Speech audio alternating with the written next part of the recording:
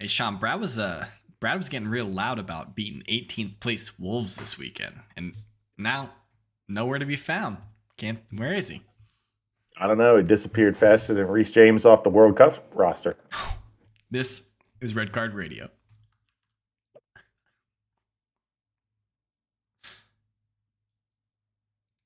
Good morning, good evening, good afternoon, whenever you're listening from. Thanks for tuning in. Red Card Radio is a weekly look at the Premier League from this week. It's two friends who support different clubs. My name is James.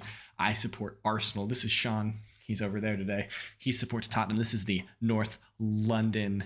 Um, this is there you go. This is the North London edition of Red Card Radio. Red as always. Sean, what's up, man? How you doing? How was your week? Just a wonderful week of winning. Getting back to the winning ways. Winning is Yeah, nice. Winning is really nice. we'll talk about it. It's ugly, but it's effective. It's effective. Should we get into it? Let's hop into the league table. Take a dip. Let's take a dip. Dip our toes, if you will. If you're new here, if this is the first time you're tuning in, if you stumbled across us either on YouTube or your favorite podcast site, if you could hit us with a subscribe, a follow, whatever it is, whatever platform you're using, whatever you can do to follow us, we'd really appreciate it. If you're on YouTube, hit that sub notification bell. All those things really help. Drop us a comment and share the podcast with a friend. 5-star rated if you're on Apple Podcast or your podcast allows you to give a rating. All those things really do help us out. And let us know what you think about the content. We would love to hear your critical opinion if you have critical opinions about podcasts. So without further ado, let's jump into this. So I got the league table pulled up. As you can see, still in first position, we have Arsenal on 24 points, Manchester City 1 point behind on 23 points, 4 points behind is Tottenham Hotspurs, and Chelsea are up into the top 4 on 16 points. Manchester United are up into 5th on 15 points, and Newcastle United round out the top 6 in 6th on 14.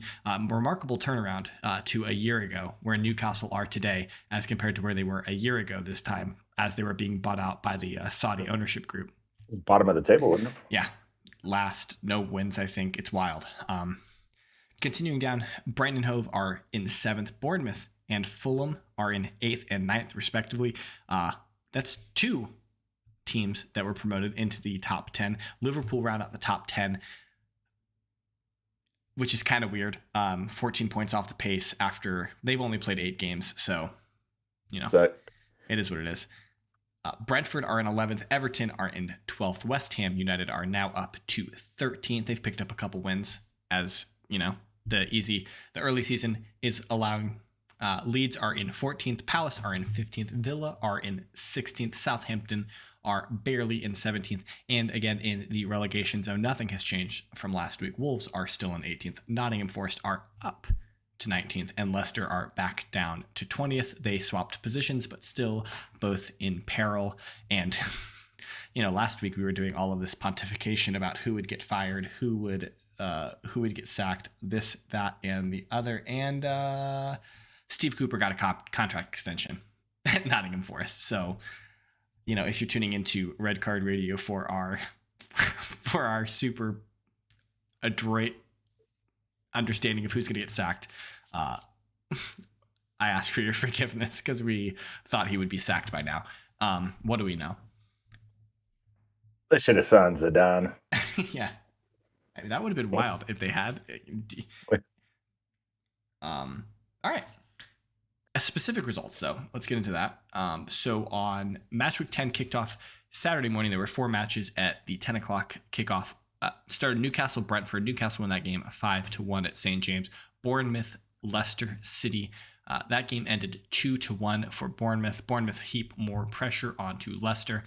Manchester City took the sole. They leapfrog Arsenal on Saturday, beating Southampton 4-0. So they were in first place going into Sunday, meaning Arsenal had to win. But Chelsea beat Wolves 3-0, and then rounding out Saturday, Brighton and Tottenham. Tottenham get the 1-0 victory away. A quick kick it over to Sunday, West Ham and Fulham.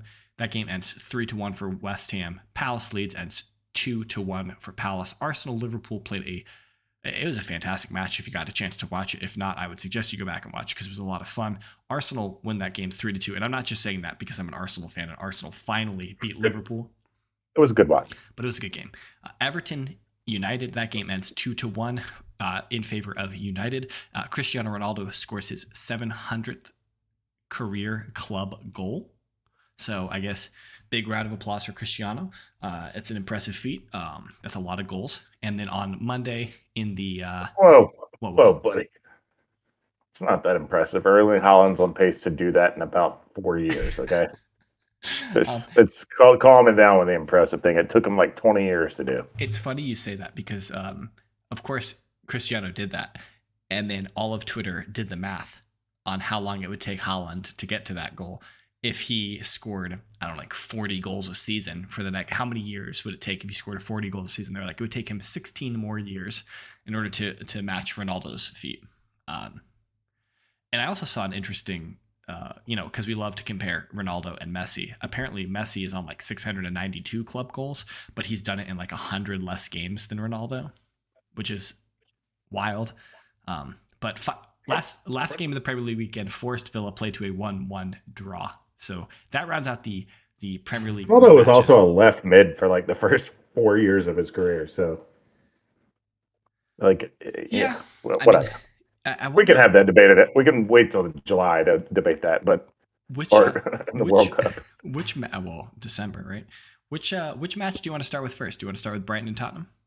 No, I want to start with this fraud, Erling Haaland. Only scoring one, not 1.75. What's wrong with Erling Haaland? Yeah, I think he's broken, right? Yeah, you know what he's doing. This is a Pep masterclass because that petition reached 2 million signees to get him deported. Yeah. Pep was like, "Hey, Erling, you're gonna have to cut it out this week. Like, you got to be normal.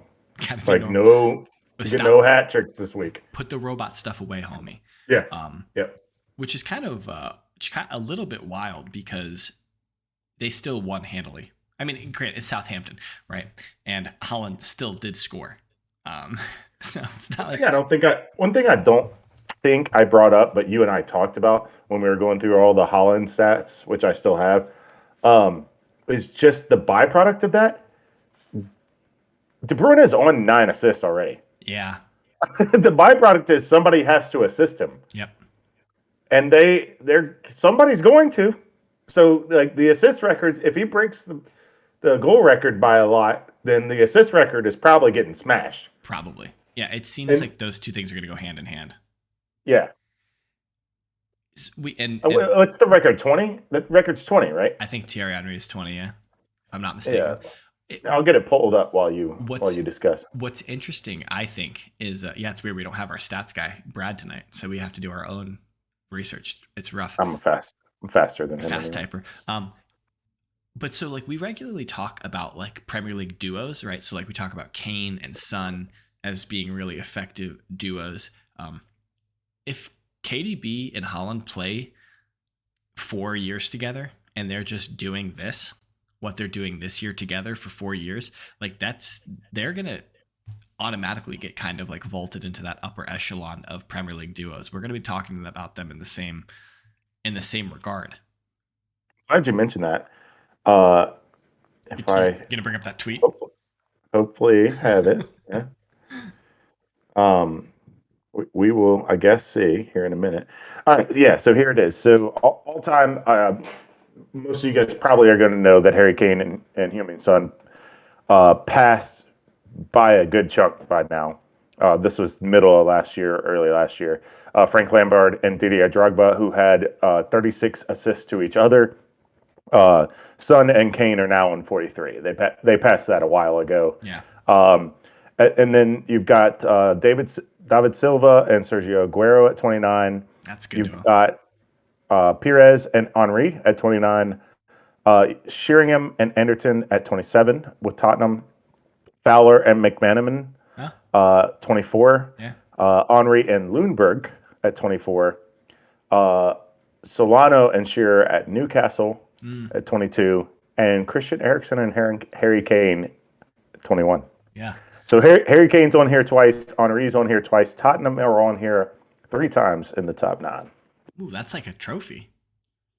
It's Put it's it. the Nabisco Chips Ahoy assist challenge or the whatever. Frito Lay, what I don't know. The Google Drive assist trophy. Speaking of Google, Speaking of Google Stadium at White Hart Lane, let's talk about the boys from White Hart Lane.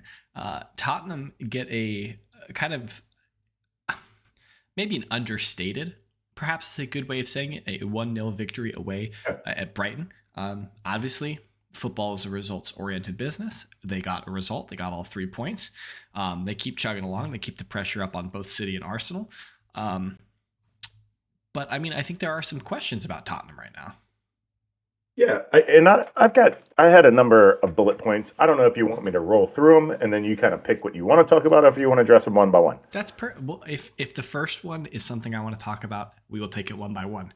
But you say your first bullet point, and I'll see if I want to engage with it. You seemed a little surprised. Now it was over text, so maybe context wasn't taken. But you seemed a little surprised. I said if we win at home at Everton this coming up week. Don't mean to spoil the preview podcast. Oh, yeah, check back later this week for that. Which is coming up Friday. Don't forget to like, subscribe, rate, and review on that one.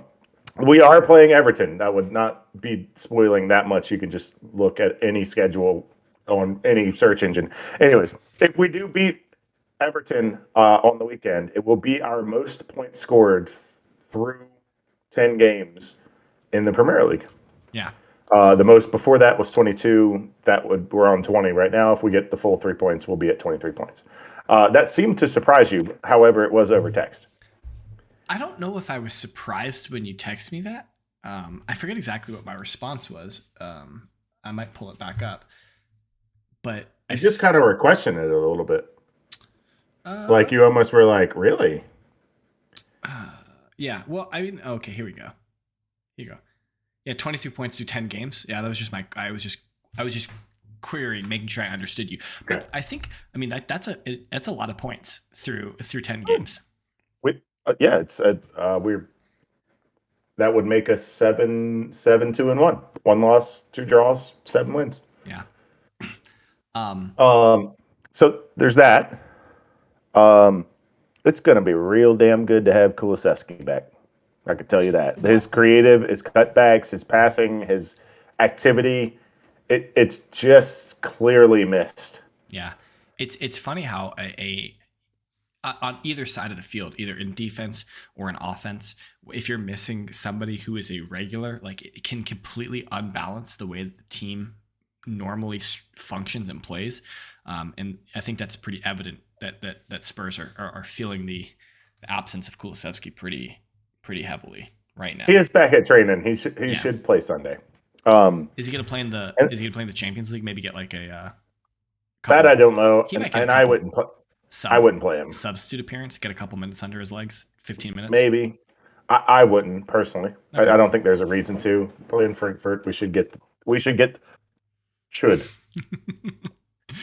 Check back for our news episode, Sante. Our European roundup, and we'll talk about Europe.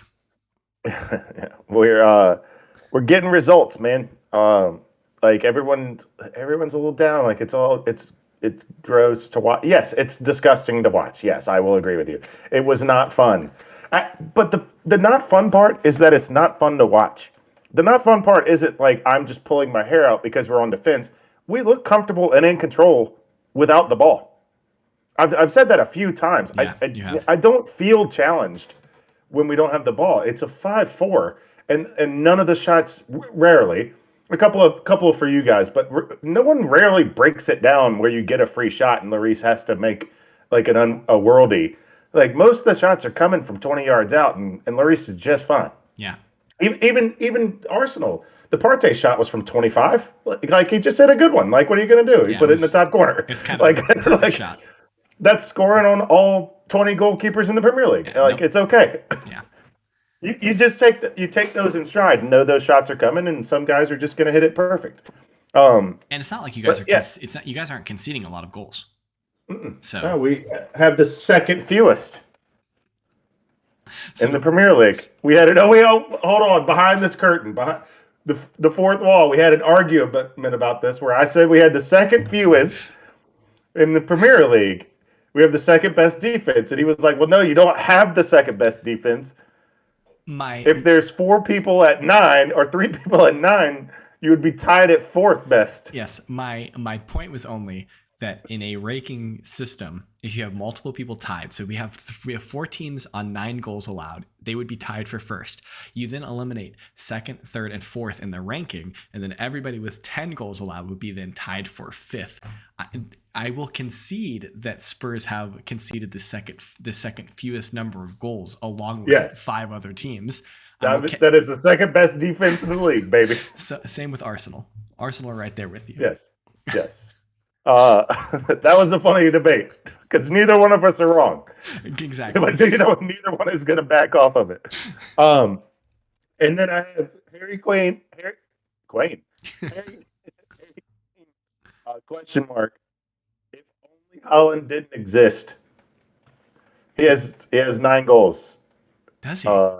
He has 8 goals in 9 games. That's what it was. That's good. 8 goals in 9 games, which he doesn't normally score in August and September. And here we are.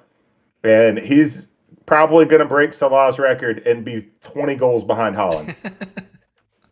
Probably. I mean,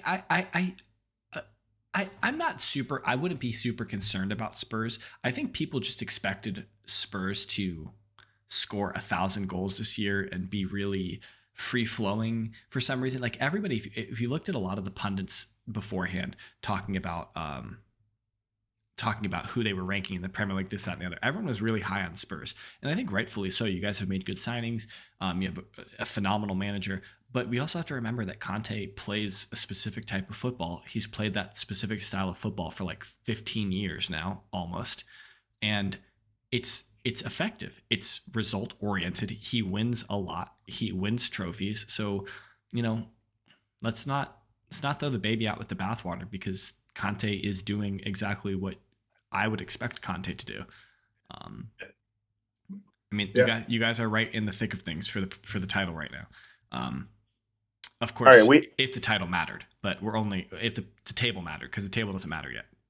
Just caveat. Oh yeah, don't want to forget that. Yeah. So, would you expect Harry Kane to get 16 more goals than he has right now? That would be 24 goals. Yeah, I think so. On current pace and form. I mean, he's got 30 more games. That's a goal a game. Yeah, I expect him to score. Half a goal a game. Yeah, a goal every 2 games. Excuse me. I expect him to score 16. Then he will pass Rooney for second. Yeah. He needs 17. Sorry, 16 draws him even. He should do that this year. No, that math is poor. It was 17 to tie him. I mean, I expect him to get 18 over the next 30 games. Realistically, you would imagine. I texted this to you guys, and since we were just talking about Kevin De Bruyne, I forget how I worded it, but realistically this season, Kevin De Bruyne is already 5th all-time in top-flight England assists. Yeah. This is not... now that I'm looking at it, it is specifically Premier League. Yeah, okay. All right. So, even still, that's ridiculous. It doesn't feel like he's been here that long, but I guess he has. He's been here close to 10 years, 7 or 8 years. At least 6 or 7, I think. Yeah, okay. But still, he's 5th all-time in assists. Realistically, especially with what's going on over there in Manchester, he will be realistically 3rd by the end of the season, most likely 2nd. Okay. So he is on 95. 102 is Lampard. 103 is Rooney. Which, by the way, that's ridiculous that Rooney has 208 goals, 2nd most all time, 103 assists, 3rd all time. That's for another day, though. Yeah. But realistically, he's going to get 8 more assists the rest of the season. Easily. Especially the way they're playing. Easily. Cesc Fabregas is on 111. If he keeps feeding Holland, he's already on 9. That will be 5, 11. That's 16 more. 60. That's 25 assists this season. I could see it. It's fully possible the way they're playing. That will tie him with Cesc Fabregas for second. Giggs is 162. That's a couple That's probably years. going to take. That's another 2 or 3 years with Holland. That's Might, probably another year and a half with Holland. it might be 4 years, but we'll But see. yes, but second all time in less than a decade is pretty remarkable. Yeah. And then I wanted to point out a couple of notes I had from the game. Just that Basuma looked rusty. I don't know. He gave it way, especially early. He seemed like he calmed down, Do you but he think it gave was away the ball nerves? He's a lot. playing in his old club. Yeah, yeah. Could be nerves. He looked shaky Okay. and wasn't making strong passes. Wasn't making good decisions. He wasn't losing the ball in possession. Not that I remember specifically, but the passes weren't crisp and they were getting intercepted. And then uh, if Doherty was as bad as Conte says he is, Trossard, who is a very adequate, probably top 5 to 7 left wing in the Premier League, ish, he would have torched him. Yeah. And Doherty was fine. Like Conte makes it sound like he's got Gollum playing right back behind. Like he's just kind of making his way up the field. I don't know what is wrong with Conte and Doherty or what that relationship is, but he makes it seem like he's got the Hunchback of Notre Dame as his backup right back. Maybe that's what Conte thinks. I don't know. Maybe I don't know, but Doherty played fine. And maybe that was Doherty saying "fuck you," or "f you." I can play, but look at me do it. Yeah. And then maybe Conte opened his eyes a little bit. He's like, okay, I got an adequate right back as backup. Should we move on? Yeah. Should we talk about Arsenal? Yeah, you want to talk about the handball, the offsides, or Okay, so I will get a couple caveats out of the way. First and foremost, apparently Saka was offside in the lead up to the first goal. I've gone back and looked at the still frame. He looks like he's offside. Apparently, allegedly, he was out of the frame of the 5 Hawkeye VAR cameras. Allegedly. I don't know how that's possible because he wasn't standing in a weird position on the pitch. So maybe Arsenal have just maybe broke the cameras or something at the Emirates and had him pointed in a funky way so that he would, specifically be not offside in that one specific part of the field. I don't know. But that's a little dubious. That's not a good look. I think y'all forgot to plug the cameras in, Maybe. and nobody wanted to admit it. Maybe that's what it was. So then they go to look at it and they're not on, and they were like, "Oh, we should plug these in." So then VAR was ready for the next got it go around, but not that first one. Got it. So that's not a good look.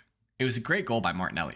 A superb pass by Odegaard. A superb finish by Martinelli, but probably offside. So that's not good. The Gabriel handball in the box. My initial reaction was that's obviously a handball. How do you not call that a handball?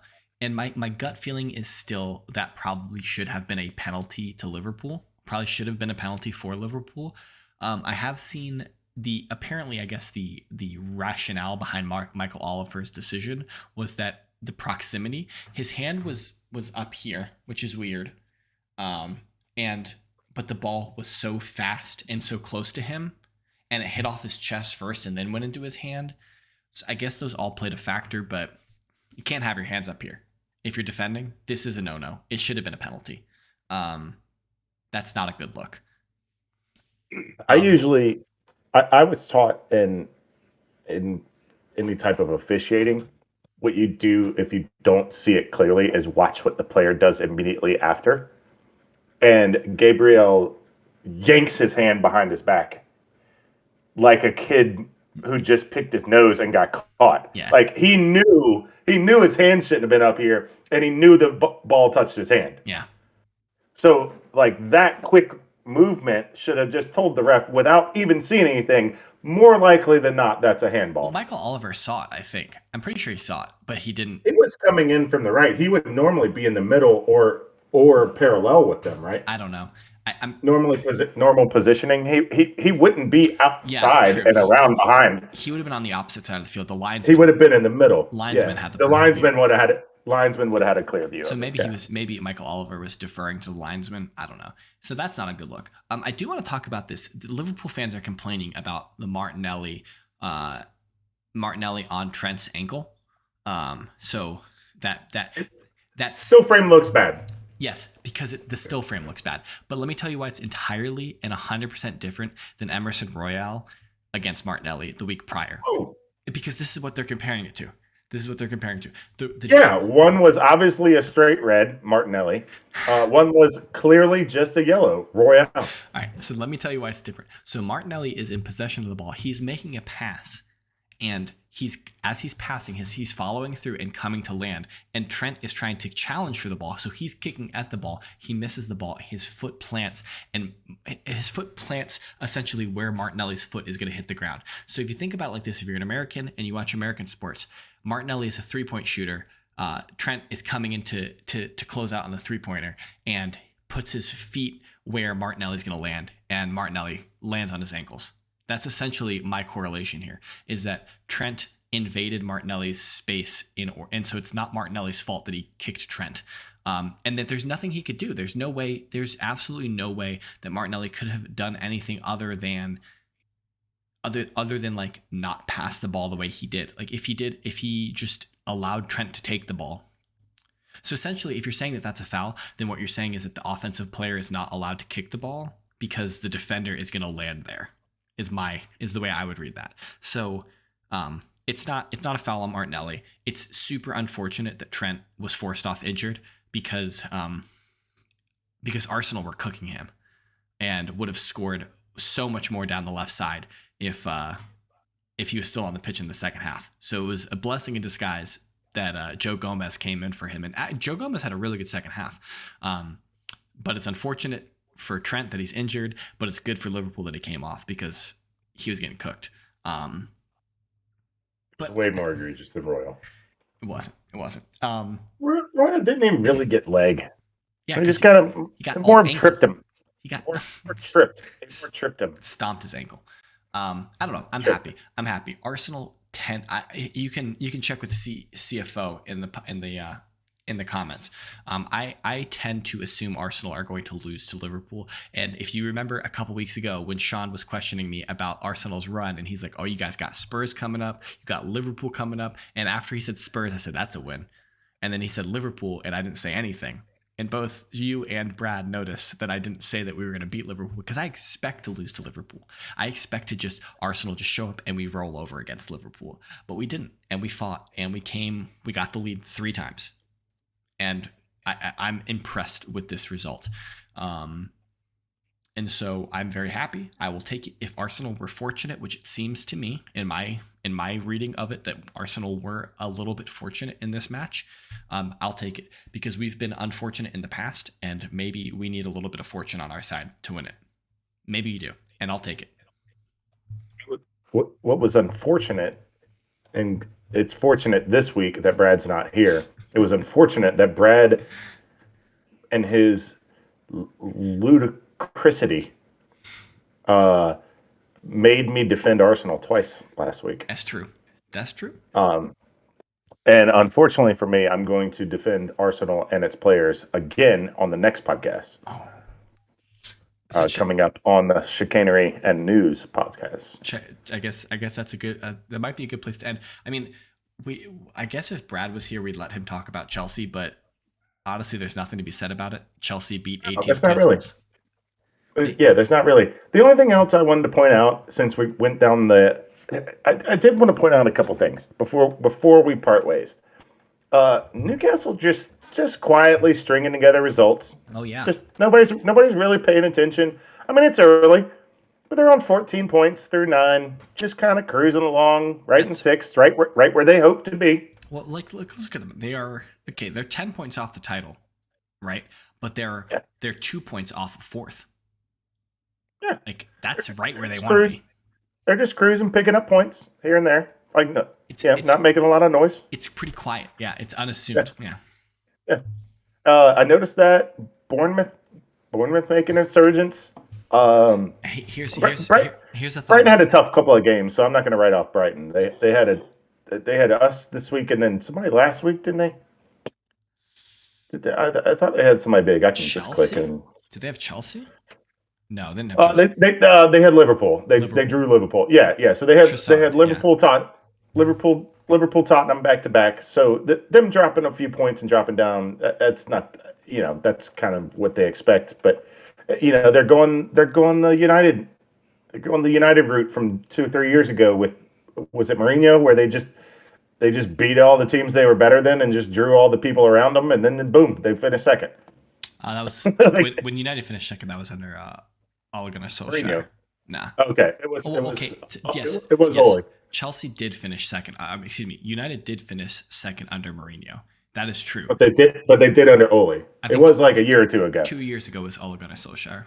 Where yeah, they weren't beating anyone around them. They Yeah. just weren't losing. Yeah. But if Brighton can keep doing that, boom, Yeah. Europe. Yep. Yep. I mean, West Ham are up to 13th. And this is Yeah, why West Ham. I talk West about Ham. the league table being so volatile early in the season. But like this is a perfect example of it because 3 weeks ago we were firing David Moyes. Sean is still trying to fire David Moyes, and now they're in 13th. They're in prime striking position for a European spot. I mean, like 6 points off of fourth after eight or 9 games for them is not terrible. Like they're in the thick of things. Like there's a lot of teams that will look at where they're at in the table after a rocky start. Everton's another team. Look at them and be like, I like where we're at right now. Like we're in the thick of things. And you have to pick up points. They'll have to continue to pick up points, and clearly someone's going to fall to the wayside. And no one expects Liverpool to finish in 10th or continue the way that they're going. Everyone expects Liverpool to kick on at some point, and they will. But will they kick on to being 5th or will they kick on to being 4th? That's the question. Are they going to finish 8th? Who knows, right? Like there's a lot of teams that feel like they have a legitimate shot at finishing in the Europa League spots. So I mean, to your point, Leeds feel like they're in dire straits. If they win their game in hand, they're 8th. yeah, Because they have a better goal differential than Bournemouth. yeah. So to your point, like it is still relatively volatile. Leeds are in 14th. They feel like they're in dire straits. To What me, I'm not seeing the results, but yeah, they win the next game, boom, the 8th, top half. last time it was just you and me on a podcast. We talked that the league table at this point is kind of just showing maybe where teams will kind of like balance out to, kind of like what their rhythm's at a little bit. And Yeah. like if you think about the top half of the table, Arsenal, City, Tottenham, like these are the 3 teams at this point in the season that like are really kicking on, that are pushing each other. Chelsea and United are probably like, we're close, we're in the thick of it, we want to fight for it. But these teams from 6th to 13th or even 14th, they're kind of like, we're close enough to think about Europa League. We're close enough to fight, to push on. Let's get some more results and see where we're at when the World Cup break starts. So Yeah, I like this discussion though. I got a little something for you. okay. Yeah. Oh, at the On end? the next pod. On the next On the next pod. With that note, if you're still listening and you haven't yet hit the subscription button, please do hit the subscribe button, ring the sub notification bell, follow us on your podcast site, leave us a comment on the YouTube comments, or hit us up on Twitter. You can hit him up. That's at whiteheart_Sean. I am at James Tiffany. We collectively are at redcard_radio. If you have Chelsea thoughts, you can hit Brad up at KSBradG and give him some slander for not being here. Like it's definitely deserved. Get a victory and then run away like this. It's not very hard body. Unbecoming. Yes, very unbecoming. But check back later this week. We got news chicanery coming up on Thursday and a preview. Got a big preview because we've got some midweek Premier League games coming up next week. So check back Friday for a big Premier League preview episode. But until then, have a good one. We'll see you next time.